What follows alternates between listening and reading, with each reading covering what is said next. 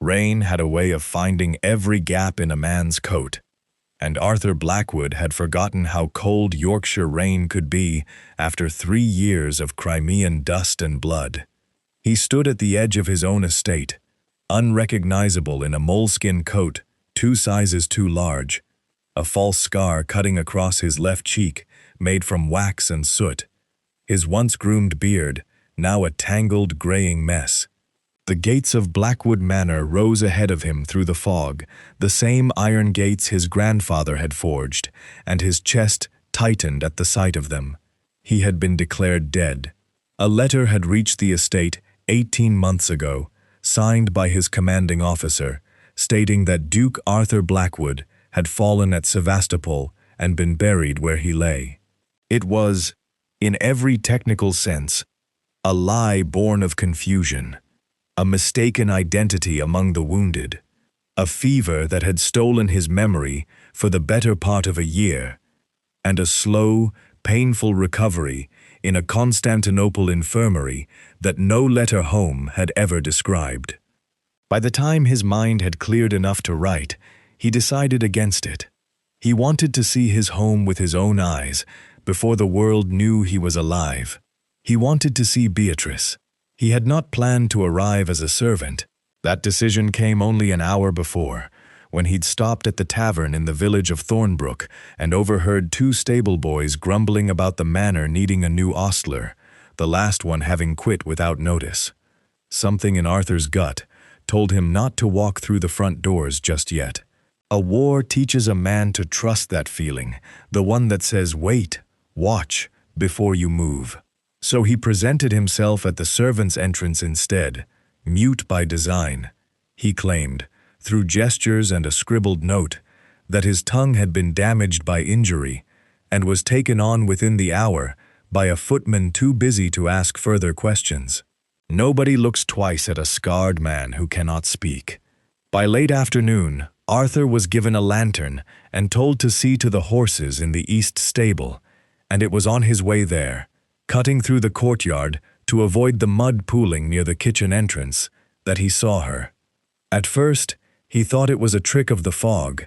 A woman knelt on the stone steps leading up to the side entrance, a scrub brush in her raw, reddened hands, her knees soaked through a thin cotton gown that had no business being worn in October. Her hair, dark and heavy, had come loose from its pins and clung to her cheek in wet strands. She scrubbed at a stain that did not appear to exist, her movements quick and frightened, as though the stone itself might report her to someone if she paused. Arthur stopped walking. He knew that jaw. He knew the particular way she tilted her chin when she was trying not to cry. He had kissed that jaw 1,000 times in the years before the war took him away from her, back when she wore silk and sat at the head of the table beside him, back when she was the Duchess of this house and not, whatever this was. A voice cracked through the courtyard like a whip. "You've missed a spot, girl. Do you think the gentry care to walk over a filthy step?" Again. The woman who spoke stood above Beatrice on the top stair, a woman Arthur did not recognize, dressed in the black bombazine of a head housekeeper. Her gray hair scraped back so tightly, it seemed to pull her face into a permanent scowl. Beatrice did not answer. She simply lowered her head and dipped the brush back into the bucket of freezing water, her shoulders trembling. Whether from cold or from something else, Arthur could not tell. He wanted to cross the courtyard right then. He wanted to pull off this ridiculous coat and this ridiculous scar and take her in his arms and ask her what in God's name had happened to his home while he was gone. Every instinct in him screamed to reveal himself immediately. War be damned, disguise be damned. But he had survived a war by learning patience, and something about the scene in front of him told him this was not a misunderstanding he could fix with a single announcement. A duchess did not end up scrubbing steps in a servant's gown by accident. Someone had put her there. Someone with enough power over this household to make it happen and to make it stay hidden from whatever visitors came calling. He thought of his mother, the Dowager Duchess Eleanor, and a cold feeling settled in his stomach that had nothing to do with the rain. He forced himself to walk on toward the stables, his boots sinking into the mud, his jaw clenched so tightly it ached. Behind him, he heard the housekeeper's voice again, sharper this time, and then the soft, unmistakable sound of Beatrice apologizing, as though she had done something wrong, simply by existing in the cold. That night, lying in the stable loft on a bed of scratchy hay, listening to the horses shift below him, Arthur Blackwood made a decision. He would not reveal himself tomorrow, or the next day, not until he understood exactly what had been done to his wife and exactly who was responsible. He closed his eyes, but sleep would not come. Instead, he found himself replaying the moment their eyes had nearly met across the courtyard, how Beatrice had glanced up once, briefly, toward the strange new stable hand crossing the yard, and how for half a second something in her expression had flickered, as though a small, buried part of her recognized him even through the disguise. He did not yet know what that flicker meant, but he intended to find out. The stable loft gave Arthur a strange advantage he had not counted on. A narrow gap between two warped boards in the west wall looked directly down into the kitchen courtyard, and, if he pressed his eye close enough, into the low windows of the scullery below the main house. He discovered this by accident on his second night, while searching for a dry patch of hay away from a leak in the roof, and once he found it, he did not move from that spot until well past midnight. He had spent the day mucking out stalls and carrying feed, keeping his head low, answering only in nods and the occasional scrawled note when a task confused him. The other stable hands, a wiry boy named Tam and an older man called Higgins, had accepted him without much curiosity. A mute man asks no questions and repeats no gossip, which apparently made him easy company. Through their idle talk while working, Arthur learned the housekeeper's name was Mrs. Pruitt, and that she answered to no one in the household except the Dowager Duchess herself. "Keeps to herself, the young mistress does," Tam had said, not unkindly, while forking hay into a trough. "Though I don't rightly know why they call her mistress at all, given how she's worked. Been here longer than me, mind. Come up from nothing, they say. Poor relation of some sort. Her Grace the Dowager took her in out of charity, and now she earns her keep." Arthur had said nothing, only nodded, though his hands had gone still on the pitchfork for a moment too long. Poor relation. Charity. He had heard these words used to describe Beatrice before, back when they were courting, back when his mother had objected loudly to the match on grounds of Beatrice's modest birth. He had married her anyway, against every protest Eleanor had raised, and he had believed, foolishly perhaps, that time and his own happiness would eventually soften his mother's disapproval. He understood now that it had not softened. It had curdled into something else entirely. That night, from his gap in the boards, he watched Lady Eleanor descend the narrow servants' staircase into the scullery herself, a task far beneath a woman of her rank, carrying a small silver vial wrapped in a handkerchief as though it were something precious.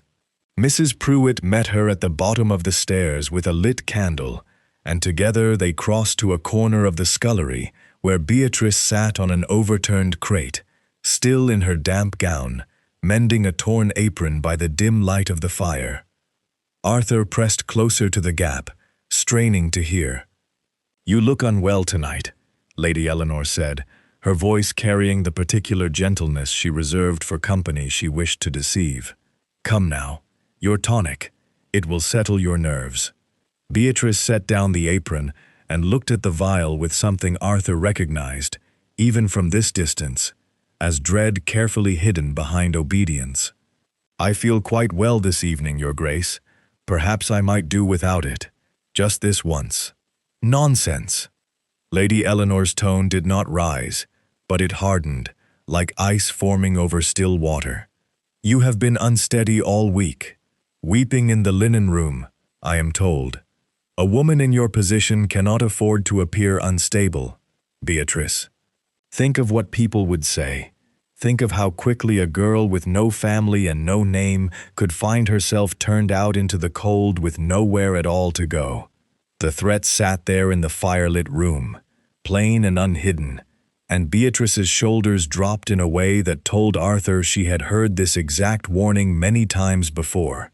She took the vial with trembling fingers and drank. Arthur watched, his jaw tightening until his teeth ached, as the change came over her within minutes. Her posture, already small, folded further inward.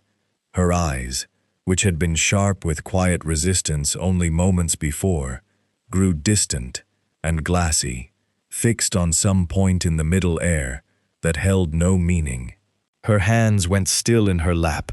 Lady Eleanor crouched slightly to bring her face level with Beatrice's, and her voice, when it came again, lost every trace of warmth. You are nothing here but what this family allows you to be. Remember that. You have no husband, no title that means anything, no coin of your own.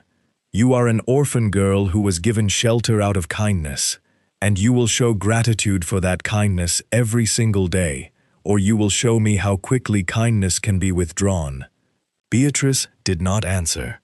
She only stared into the fire, blinking slowly, her mind clearly somewhere far from the words being spoken to her, though her body remained perfectly still, perfectly compliant, as though the fight in her had simply been switched off like a lamp.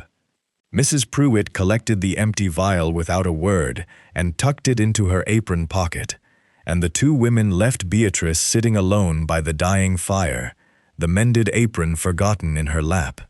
Arthur remained at the gap in the boards long after they had gone, his hands curled into fists so tight his nails cut into his palms. He thought of every argument he had ever had with his mother over Beatrice's worth, every cold remark Eleanor had made at family dinners about Beatrice's origins, and he understood now that those remarks had never faded. They had simply waited, patient as poison, for the one circumstance in which Eleanor could act on them freely. He thought too of the word tonic, and how it had been spoken with such practiced ease, as though it were truly medicine and not something far darker. He had seen men in the war given substances to keep them calm before surgery, substances that dulled the mind and loosened the tongue, and left a man malleable in the hands of whoever controlled the dose. He did not yet know what filled that silver vial, but he intended to find out, and soon. Below him, Beatrice finally rose from the crate, moving like a woman half asleep, and shuffled toward the small servant's cot in the corner of the scullery, where she apparently now slept. Arthur watched her go, his heart aching in a way 3 years of war had never managed to accomplish, and he made himself a second promise that night, quieter than the first, but no less firm.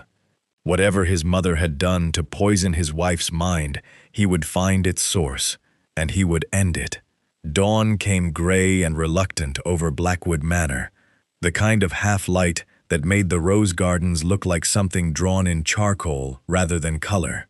Arthur had barely slept, his mind turning over what he had witnessed in the scullery, and when Higgins woke the stable hands before sunrise to assign the day's work, Arthur volunteered himself for firewood duty before the old man had even finished speaking.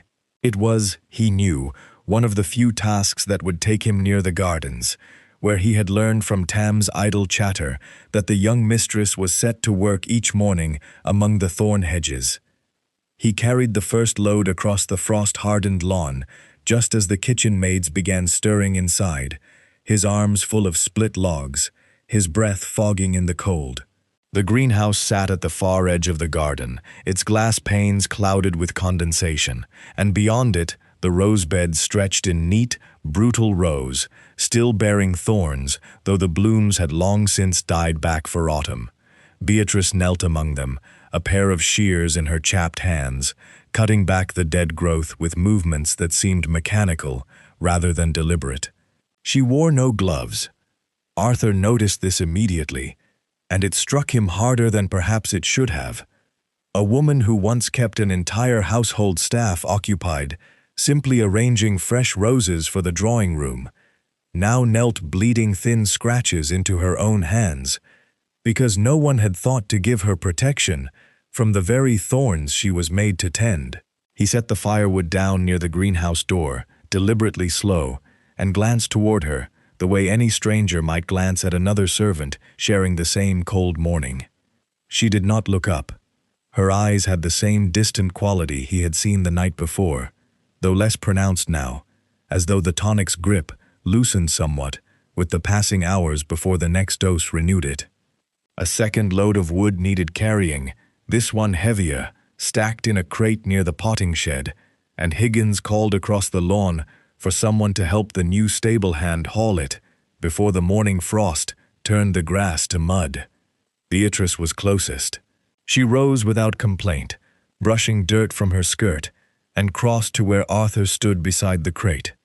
"I'll take the other end," she said, her voice quiet, worn thin at the edges, nothing like the voice he remembered filling their dining hall with laughter. "It's heavier than it looks." He nodded, unable to trust his own throat to stay silent, even if he had wanted to speak, and together they lifted the crate. It was in that motion, in the strain of the lift, that his sleeve caught on a splintered edge of wood and rode up his forearm, exposing the pale skin beneath, and with it, the scar. It was not a large mark, barely 2 inches, curved like a crescent moon just below his wrist, the result of a hunting accident when he was 19. A boar's tusk, catching him before Beatrice herself had bound the wound with strips torn from her own petticoat, laughing even as she scolded him for his recklessness. It was a scar only someone who had held that wrist 1,000 times, who had traced it with her thumb on quiet evenings, would recognize on sight. Beatrice froze. The crate nearly slipped from her grip, and Arthur caught it fully, steadying it against his hip, watching her face as something shifted behind her eyes. Recognition, sudden and total, breaking through the fog like sunlight through cloud. Her lips parted. For one unbearable second, he thought she might say his name aloud, right there in the open garden where anyone might hear it, and his heart lurched between hope and terror in equal measure. But then something else crossed her face. Not joy, not disbelief, exactly. Shame. She looked at him, really looked, her gaze moving from the scar to his face, searching it feature by feature beneath the false beard and the waxen mark on his cheek, and her breath caught in something close to a sob. Arthur watched her arrive at a conclusion that broke his heart more thoroughly than any wound he'd taken at Sevastopol. She believed she was imagining him. "No," she whispered, so softly he barely caught it, shaking her head, backing away from the crate entirely. "No, not again, not another one. Beatrice?" The word nearly escaped him before he caught it, swallowed it back down into silence, remembering himself just in time, though the sound that came out was barely more than a rough exhale, disguised as a servant clearing his throat.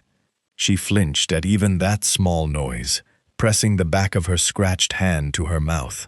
"I am tired," she said, though whether to him or to herself, Arthur could not tell. "That is all.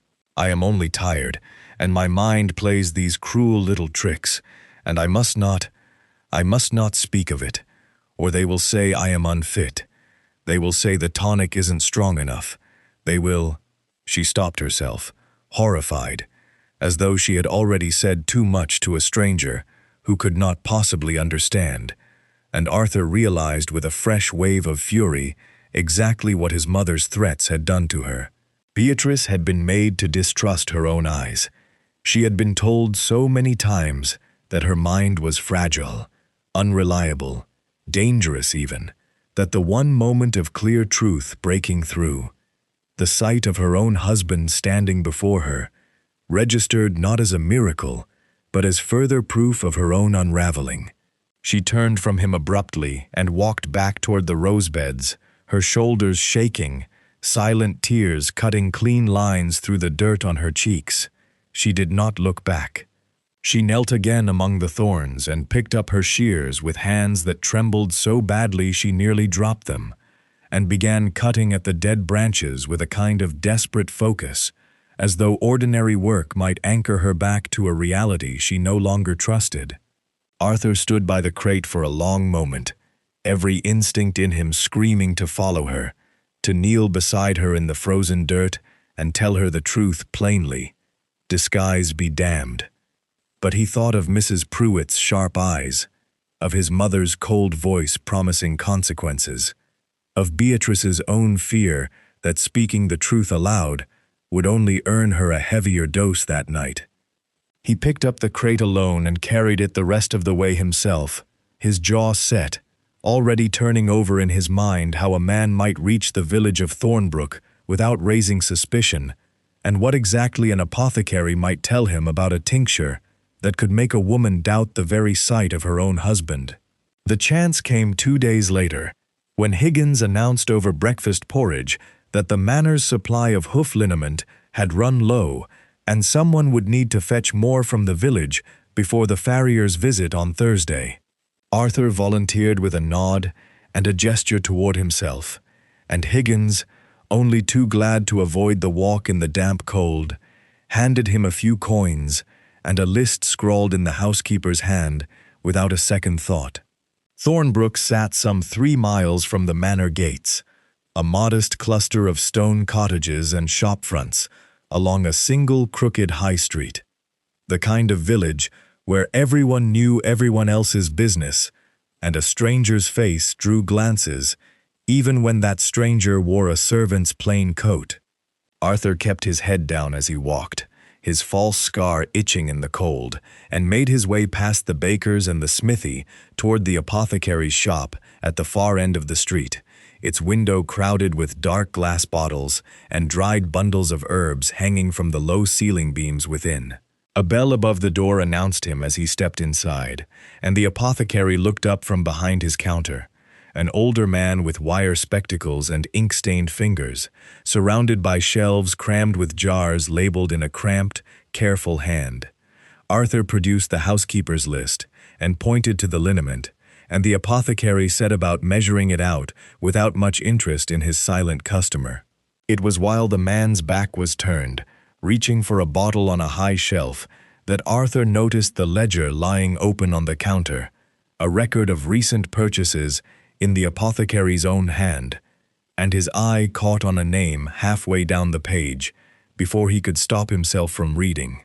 Blackwood Manor, 6 shipments since the spring.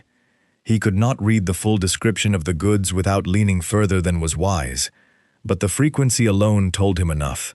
Whatever the manor had been ordering in such quantity, it was not liniment, and it was not occasional. He needed a way to ask without asking, and so, as the apothecary wrapped the liniment bottle in brown paper, Arthur reached for the slate and chalk hanging by the door, a tool the shop clearly kept for customers who, like him, could not speak, and wrote a simple line beneath a crude sketch of a horse. Also need something for a mare that will not settle. Nerves bad since the war came through the district. Cannot sleep, will not eat. It was a small lie, easily believed, and horses were common enough casualties of a household's troubles that no one would think twice about a stable hand seeking a remedy for one. The apothecary studied the slate, then studied Arthur for a moment longer than was comfortable before setting down his tools. Nerves, you say? There's a preparation I could make up, though I'll tell you plainly, most of what settles a nervous animal will settle a person just as well, and I don't much care for selling it in large amounts anymore. Had a fellow from Manchester through here last spring buying up black henbane by the pound, if you can credit it. Said it was for veterinary purposes, and I obliged him twice before I began to wonder what sort of farm needed that much of the stuff. Arthur kept his face carefully blank, though his pulse had quickened at the words. He tapped the slate again, urging the man on with a questioning tilt of his head. The apothecary lowered his voice, as though the empty shop might still be listening. Henbane in small measure, properly prepared, will calm a fretful patient, ease pain, bring on a deep and dreamless sleep. Physicians have used it for generations. God knows I've prescribed it myself for a bad tooth or a broken bone. But taken regular, in doses meant to keep a person quiet, rather than to heal them, it does something crueler. It fogs the mind, steals the memory of recent days, sometimes weeks. A person under its steady influence will believe whatever they're told, doubt whatever they see with their own eyes, and grow so accustomed to the haze that they forget what clear thought even felt like. He shook his head. It's no medicine for a healthy mind, only for keeping someone compliant. There's talk it's been used that way in certain households, on wives, on wards, though it's the sort of talk one hears and prays isn't true. Arthur's hands, resting on the counter, curled slowly into fists. Who was it? He wrote on the slate, then paused, and added, buying it. The order. Was it a lady? Older lady? Dark clothes? Comes herself or sends someone? The apothecary hesitated, clearly weighing the wisdom of gossip against his own unease. But something in Arthur's manner, or perhaps simple loneliness in a quiet shop, loosened his tongue further. A housekeeper collects it now, has done these 6 months past, always pays in coin from the same household purse, never asks the price, never haggles. I did wonder, once or twice, but a man in my trade learns not to ask too many questions of the gentry, or the questions have a way of costing him his shop. Arthur nodded his thanks, paid for the liniment and a small vial of a mild chamomile draught he claimed for the mare, and stepped back out into the gray afternoon with his mind working faster than his feet could carry him back toward the manor. He understood now what filled the silver vial Lady Eleanor carried down to the scullery each night. He understood, too, that his mother had been careful, patient, methodical in her cruelty, building a habit of compliance in Beatrice over months rather than days, so gradually that by the time anyone thought to question it, Beatrice herself no longer trusted her own memory enough to object. But understanding the poison was only half the battle. He needed a means of undoing its damage, something that could clear the fog from Beatrice's mind without alerting his mother that anyone had tampered with her careful arrangement. He thought of the chamomile draught in his coat pocket, of what herbs might counter the henbane's grip, and resolved to return to the apothecary before the week was out, this time with better questions and, if necessary, a larger purse. He walked the 3 miles back to the manor in the fading light, his false scar forgotten, his silence no longer merely a disguise, but a shield, holding back a fury he dared not yet release. And somewhere behind the greenhouse glass, he knew, Beatrice was likely already kneeling for her evening dose, believing herself mad, believing herself alone. A brougham carriage rolled through the manor gates 3 days later, drawn by a matched pair of black horses, so well groomed they put the estate's own stock to shame, and Arthur was called from the stable yard to help see to them the moment the wheels crunched to a stop on the gravel drive. He caught only a glimpse of the visitor as the man stepped down, broad through the shoulders, dressed in a coat of fine gray wool, with a watch chain that caught the weak afternoon sun, his face carrying the particular self-satisfaction of a man accustomed to buying whatever he wanted. "Mr. Silas Vance," the footman announced, loud enough for the yard to hear, "to see Her Grace the Dowager Duchess." Arthur led the carriage horses toward the stable, unhitching them slowly, deliberately, stretching the task longer than it needed to take. The morning room where important guests were received sat close enough to the yard that its windows, cracked slightly to let out the smoke of the fire within, carried voices if a man knew how to position himself while pretending to check a horse's shoe. He positioned himself accordingly. "You've kept me waiting a fortnight longer than agreed, Your Grace," Vance was saying, his voice carrying the flat, clipped consonants of a man who had built his fortune in the mills of Manchester and never troubled himself to soften them for polite company. I've mills sitting idle for want of capital, and you promised me this arrangement would be settled before the month's end. These matters require delicacy, Mr. Vance. Lady Eleanor's voice, by contrast, was smooth as poured cream, though Arthur had learned by now what iron lay beneath that smoothness. One does not simply announce a betrothal without proper preparation. There are appearances to consider. Appearances? Vance made a short, unimpressed sound. I've seen the girl myself, Your Grace, on my last visit, scrubbing steps in the rain like a common washerwoman. I don't much care what appearances you're preserving, so long as she's presentable enough to stand beside me at the wedding, and quiet enough not to embarrass either of us afterward. That was the arrangement. Her hand, your debt's cleared, and no further discussion of the matter. She will be quiet, Lady Eleanor said, and something in her tone made Arthur's grip tighten on the horse's bridle. I assure you, Mr. Vance, the girl gives no trouble at all these days. She has been made most agreeable. A pause, and then Vance's voice again, lower, edged with something like satisfaction. Agreeable is precisely what I require. I've no patience for a wife with opinions of her own, Your Grace, having endured one already who thought herself clever enough to question my decisions. This one, I'm told, has learned better. See that it stays that way, and we'll conclude our business within the fortnight. I'll want the ceremony small, quiet, no long engagement for gossip to fasten onto. A quick wedding, a quick transfer of funds, and we need never trouble each other with pleasantries again. Arthur stood frozen by the horse, his hand still resting on the bridle, his mind racing through the arithmetic of what he had just heard. A fortnight.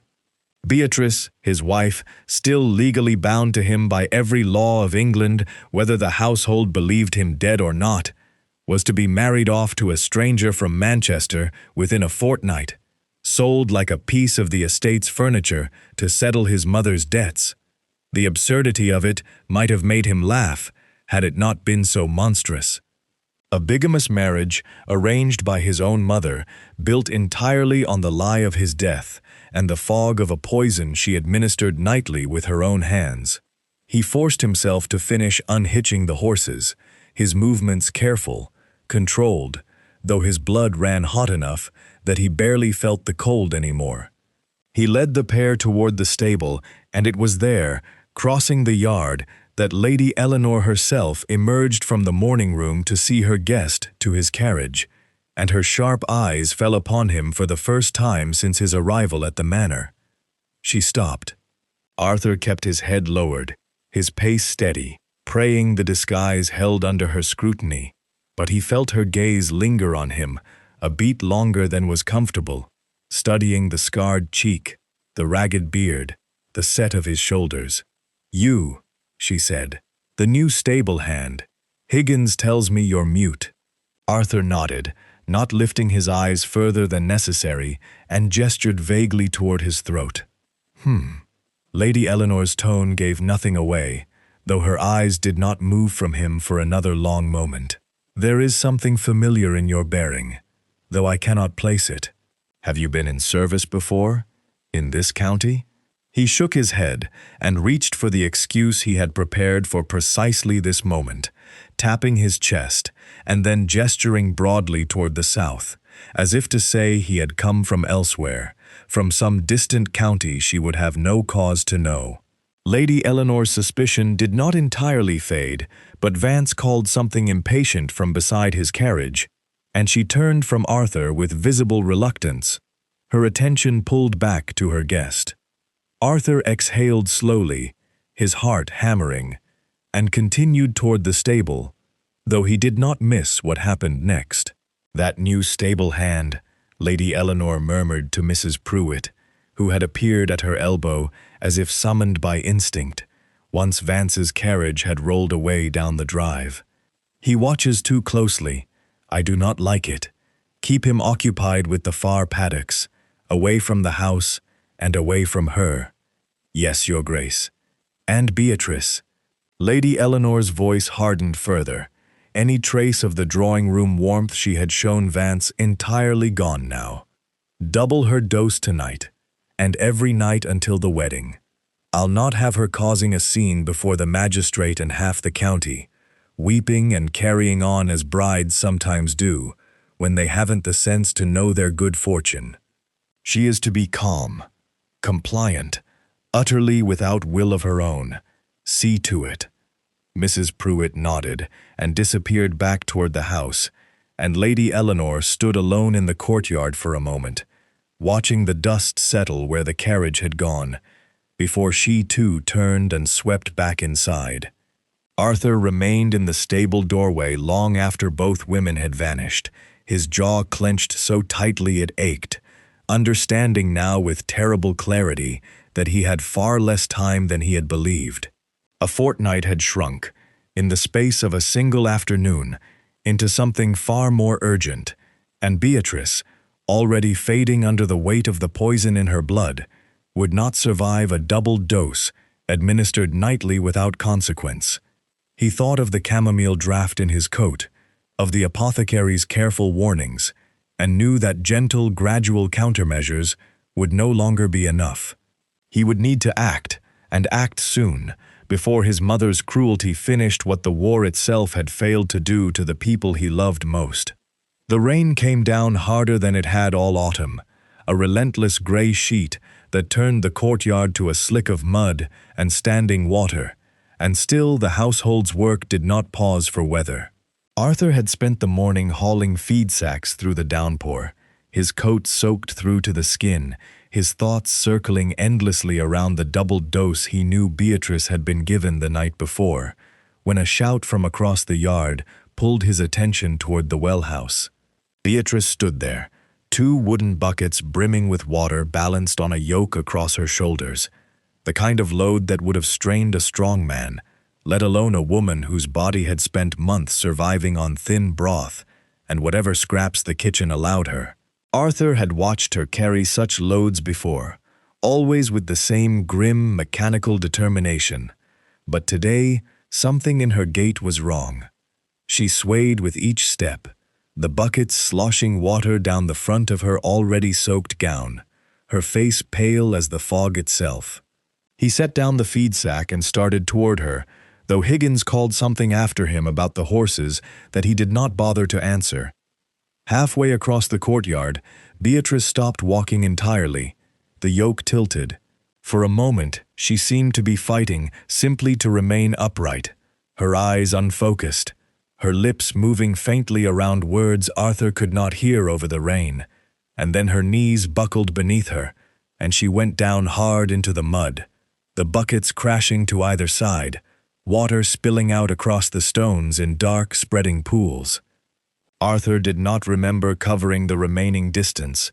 He simply found himself kneeling beside her in the mud, his arms already around her shoulders, lifting her half upright against him, and it was only the shock of his own bare hands against her cold skin that reminded him, too late, that he had broken every rule of caution he had set for himself. Beatrice! Her name came out of him rough and unpracticed, a voice that had spoken almost nothing aloud in weeks, but he no longer cared who heard it. Beatrice, look at me. Her eyes, when they finally focused on his face, were glassy and wide, the double dose still thick in her blood, and what filled them was not relief, but raw, animal terror. She pushed against his chest with what little strength remained in her arms, a weak, desperate shove that nonetheless carried the full force of her fear. "No," she gasped, her voice cracking. "No, get away from me. You are not real. You cannot be real. I have seen your face before, and it was a lie my own mind told me, and I will not be made a fool of by my own madness again. I am real." He caught her flailing hands gently, but firmly, holding them still between his own, forcing her to feel the warmth and solidity of him, the truth of his presence. "I swear it to you on everything we have ever shared. On the day I gave you my grandmother's ring beneath the oak by the lake." On the night before I left for Crimea, when you begged me to stay, and I told you I would return within the year. I am Arthur. I never died. I only could not find my way home sooner." Beatrice went very still in his arms, her breath coming in short, uneven bursts, rain plastering her hair flat against her skull. And for a moment, Arthur believed, hoped desperately, that the truth had finally broken through whatever fog still clouded her mind. Then her face crumpled, and she began to weep in earnest, great heaving sobs that shook her whole thin frame, and Arthur understood with a sinking heart that she still did not believe him, not fully. The poison had done its work too thoroughly, taught her too well to distrust her own senses, and even the sound of his true voice speaking words only her husband could know was not enough to overcome months of careful, deliberate unmaking. "They will say I have gone mad in truth now," she whispered against his shoulder, her fingers curling weakly into the wet fabric of his coat, even as her words denied him. Talking to ghosts in the rain. "Mrs. Pruitt will tell her Grace, and her Grace will say the dose must be stronger still, and I cannot—" "Arthur, if he was real, if you were truly here, I could not survive the next dose regardless. I feel it already. My heart does not beat as it should. I grow weaker each week, not stronger, and no ordinary tonic does that to a person."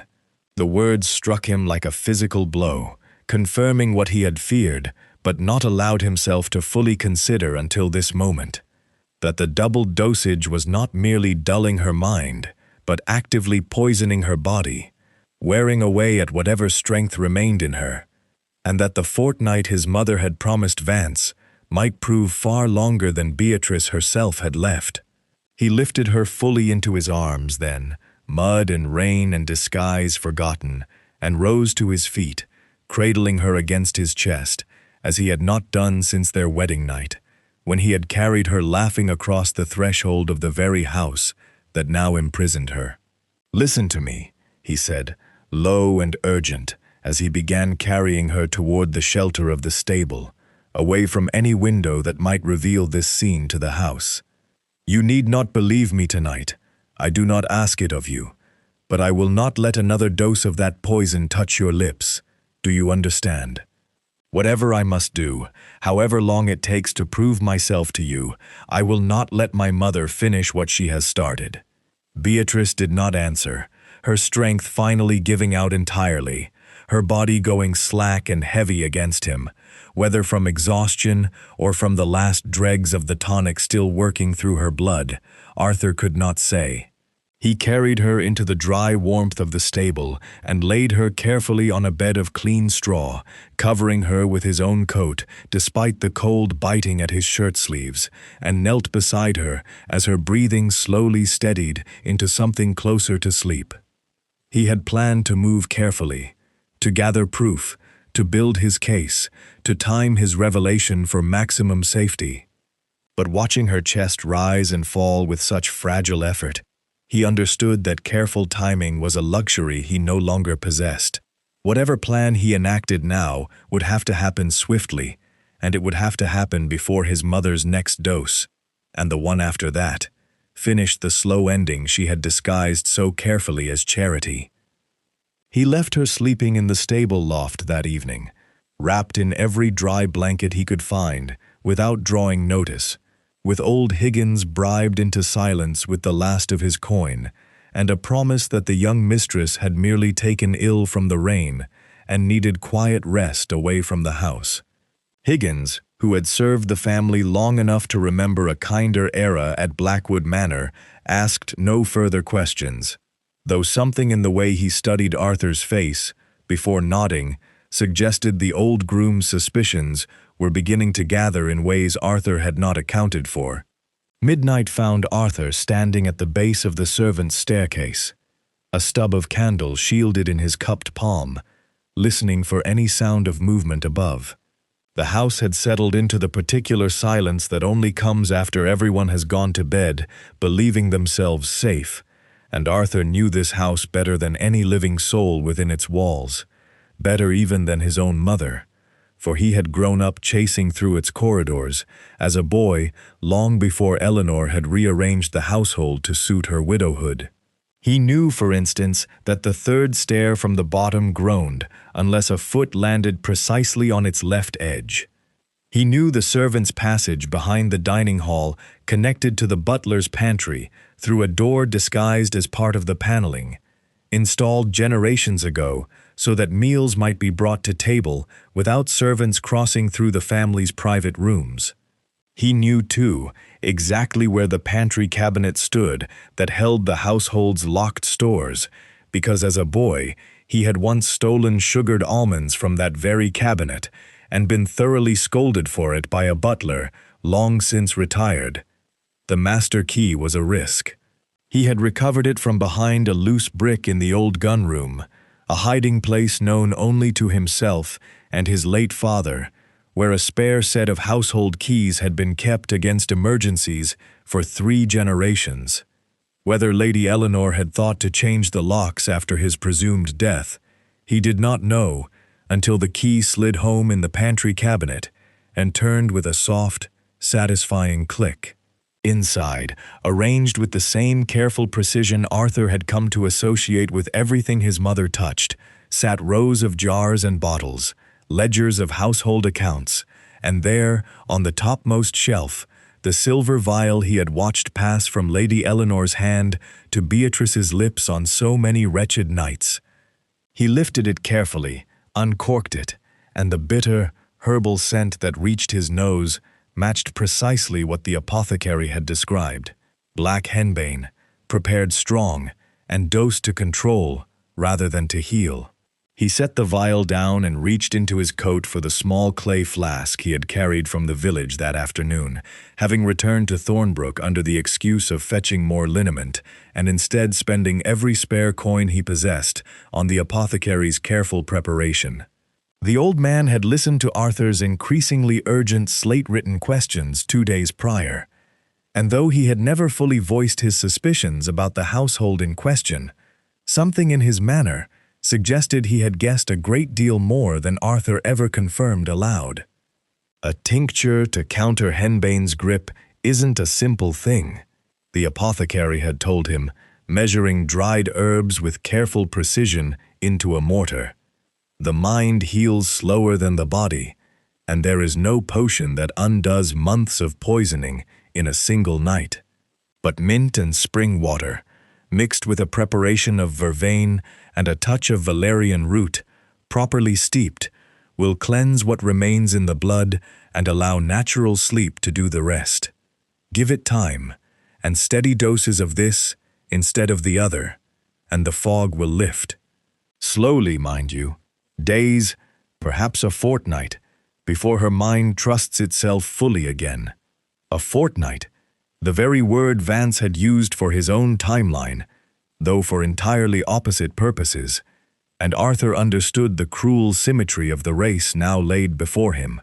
He emptied the silver vial into an old rag, careful not to spill a drop where it might stain the cabinet shelf, and refilled it with the apothecary's clear, faintly minted preparation, matching the color and consistency as closely as he could manage by candlelight. It was not a perfect match. A careful eye in good light might notice the difference. But Mrs. Pruitt administered the dose each night in the dim scullery, working by firelight and habit rather than close inspection, and Arthur was gambling that habit would carry the deception further than scrutiny ever would. He worked quickly, replacing the vial exactly where he had found it, locking the cabinet again, tucking the master key back into his coat. He paused only once, his hand resting flat against the cool wood of the cabinet door, and allowed himself a moment of doubt. If Mrs. Pruitt noticed the difference, if his mother, for whatever reason, chose tonight to inspect the vial herself before it left the pantry, if Beatrice's body, weakened as it was, could not tolerate even the gentler substitute without some reaction that gave the whole scheme away. A dozen ways this could fail crowded into his mind, each one carrying consequences he did not care to imagine, for Beatrice, for himself, for the fragile chance of setting things right that he had only just begun to build. But he thought, too, of Beatrice's voice in the rain, weak and frightened, and still somehow certain that she was dying by inches under the weight of her nightly poison, and he knew that inaction carried its own certain consequence, one far worse than any risk he might run tonight.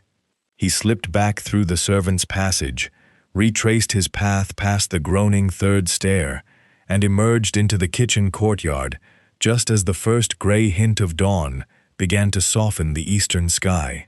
Rain still fell, though gentler now than the storm of the previous day, and Arthur stood for a moment beneath the dripping eaves of the kitchen wing, looking up toward the dark windows of the house where his mother slept, entirely unaware that the instrument of her control had just been quietly, methodically stolen from beneath her.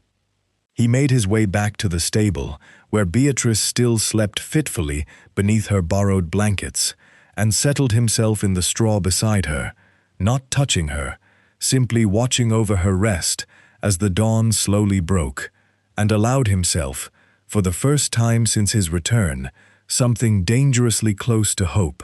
The 2 days that followed passed for Arthur in a haze of stolen glances and careful waiting, each evening spent watching from his gap in the stable boards as Mrs. Pruitt carried the silver vial down to the scullery, administered what she believed to be a double dose of henbane, and left Beatrice alone by the fire, none the wiser to the substitution. Arthur held his breath each time, watching for some sign that the housekeeper had noticed the altered scent or color, but the woman's habits proved as reliable as he had gambled, her attention fixed more on completing her nightly duty than on scrutinizing its contents. By the second morning, the change in Beatrice was unmistakable, even from a distance. Arthur watched her cross the courtyard to fetch water, and where once her steps had dragged with the particular heaviness of a mind clouded and a body starved of proper rest, now she moved with something closer to her old bearing, her spine straighter, her chin lifted rather than bowed toward the ground. When Mrs. Pruitt barked an order at her that morning about the state of the good silver, Beatrice answered with a simple, clear, "Yes, ma'am," her voice carrying none of the mumbled, distant quality it had held only days before. Arthur did not approach her again. He had learned enough from the well house incident to know that a sudden appearance, however well-intentioned, risked undoing the fragile progress the antidote had begun, and worse, risked drawing attention from a household that had already grown watchful of the new stable hand's movements. He contented himself instead with watching from a careful distance, cataloging each small sign of her returning strength, like a man counting coins toward some essential purchase.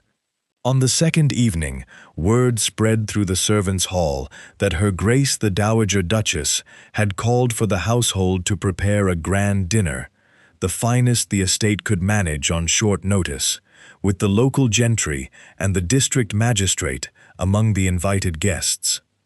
The purpose of the gathering was announced plainly enough by Mrs. Pruitt to the assembled kitchen staff.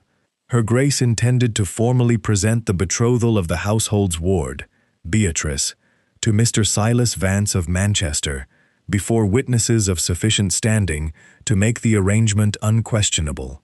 Arthur listened to this announcement from the doorway of the kitchen, where he had been sent to deliver a fresh delivery of game birds from the gamekeeper, and felt the full weight of what his mother intended. She meant to seal the marriage not merely with a ceremony, but with an audience, magistrates and gentry alike, precisely so that no one, not even a returned husband, might easily unravel it afterward without scandal touching every name involved. The evening of the feast arrived cold and clear, an unusual mercy after so many days of rain, and the great banqueting hall of Blackwood Manor blazed with candlelight for the first time since Arthur's own wedding years before. Crystal chandeliers, polished for the occasion, scattered light across silver settings and white linen, and the assembled guests, perhaps 30 in number, filled the hall with the low murmur of pleasant conversation entirely ignorant of the cruelty that had produced this occasion. Arthur had spent the afternoon in careful preparation of his own. Beneath his stained and threadbare servant's coat, hidden where a hasty search would not discover it, he wore his old military dress uniform, retrieved that very morning from a trunk in the gun-room where it had sat untouched since his departure for Crimea, the buttons still bearing the polish his valet had once maintained.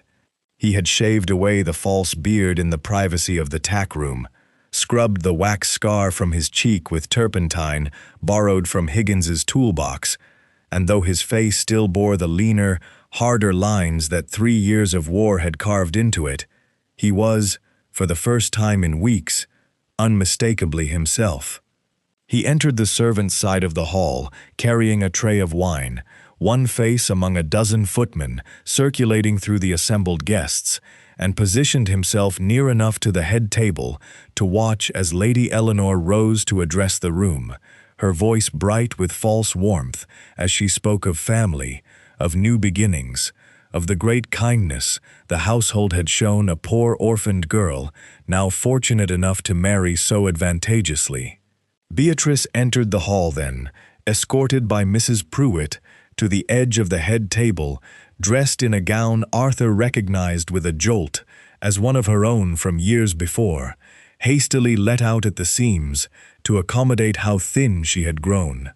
She carried herself with a composure that made his chest ache, her chin level, her gaze moving across the assembled gentry with a clarity that had been entirely absent only days before. Her eyes were bright, sharp, utterly present in a way Arthur had not seen since the courtyard on his first night home, and he understood in that moment that whatever fog the henbane had left behind, 2 days of the apothecary's antidote had burned it away far more completely than he had dared to hope. Silas Vance rose from his seat beside Lady Eleanor, raising his glass toward Beatrice, with the satisfied air of a man inspecting a purchase he found entirely to his liking, and the room began to murmur its approval, glasses lifting in echo of his toast. It was then that Arthur set down his tray. He crossed the remaining distance to the center of the hall with slow, deliberate steps, and every eye that noticed the odd behavior of a servant walking where no servant belonged turned toward him, conversation dying in ripples across the room.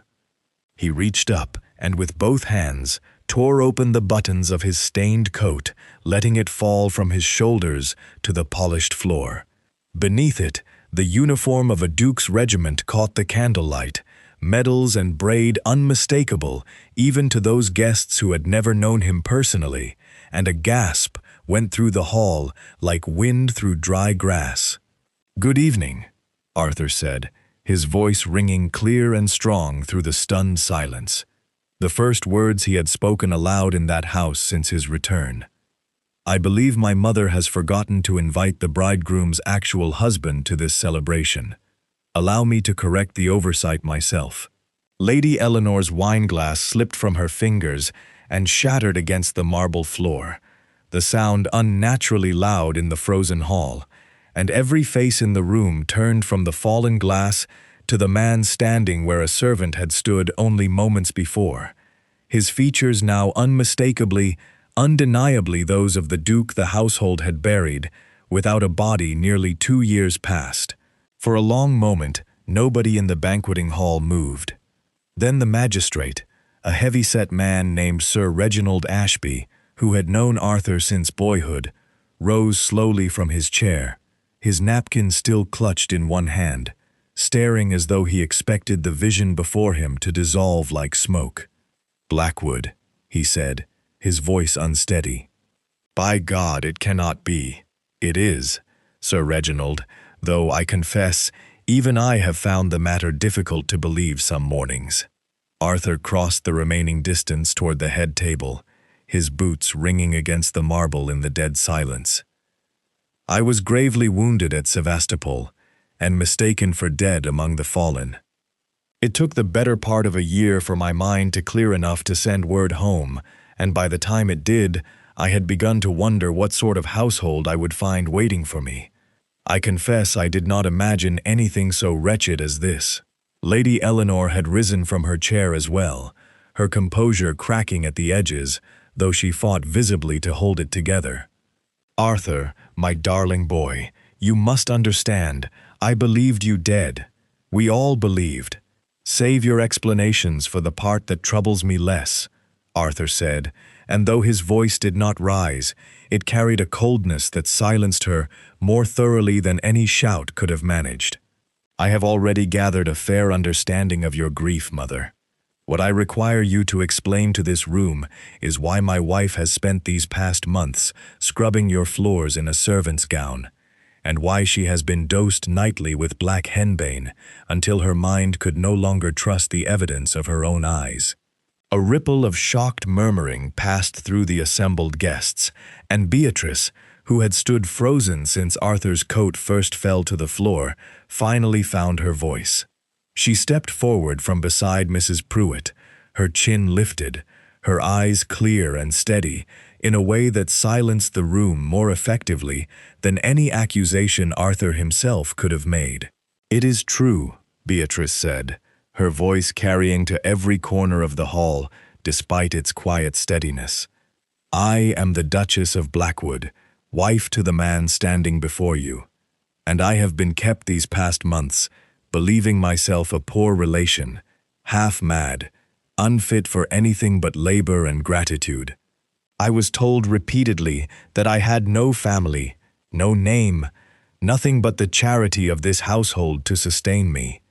I believed it, because I was given a tonic each evening that stole my certainty, along with my strength, until I could no longer tell my own memories from my own delusions." She turned toward Lady Eleanor, and something in her bearing in that moment reminded Arthur so completely of the woman he had married that his throat tightened. "I recognized my husband 3 days ago, Your Grace.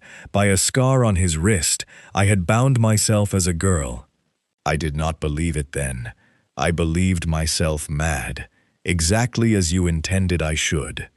It was only when the double dose you ordered nearly finished me in the rain that he broke his silence to save me, and even then, I doubted him. So thoroughly had your poison done its work." Silas Vance had gone very pale beside the head table, clearly recalculating the value of an arrangement that had just collapsed into scandal before 30 witnesses of standing, and he made no move to defend the woman he had, mere minutes before, toasted as his intended bride. Sir Reginald turned to Mrs. Pruitt, whose face had drained of all color, and to Lady Eleanor herself, his voice hardening into the tone Arthur imagined he reserved for the bench. "Your Grace, I must ask you plainly whether these accusations bear any truth, for if they do, the matter of poisoning a member of the peerage, whatever the family relation, falls rather outside the bounds of what any magistrate can politely overlook." Lady Eleanor's composure finally shattered entirely, and what spilled out was not the cold cruelty Arthur had witnessed in the scullery, but something smaller and more desperate, a confession offered not from remorse, but from cornered necessity. "The estate's debts were greater than any of you knew," she said, her voice cracking. "Greater than Arthur ever knew, hidden by his own father before his death, debts I alone have carried the shame of, for years. Beatrice's family connections offered no help, no dowry worth the name, and when Arthur was declared dead, I saw in Vance's offer the only path left to save this house from ruin entirely. I told myself she would want for nothing as his wife. I told myself it was kindness, in its way." "Kindness," Arthur repeated, the word bitter in his mouth. "You dosed my wife with poison to strip her of her own mind, mother, so that she would not resist being sold to settle debts you concealed, even from your own son. Whatever desperation drove you to it, I find no kindness in that accounting, only cruelty, dressed carefully enough to fool even yourself." The room offered Lady Eleanor no rescue.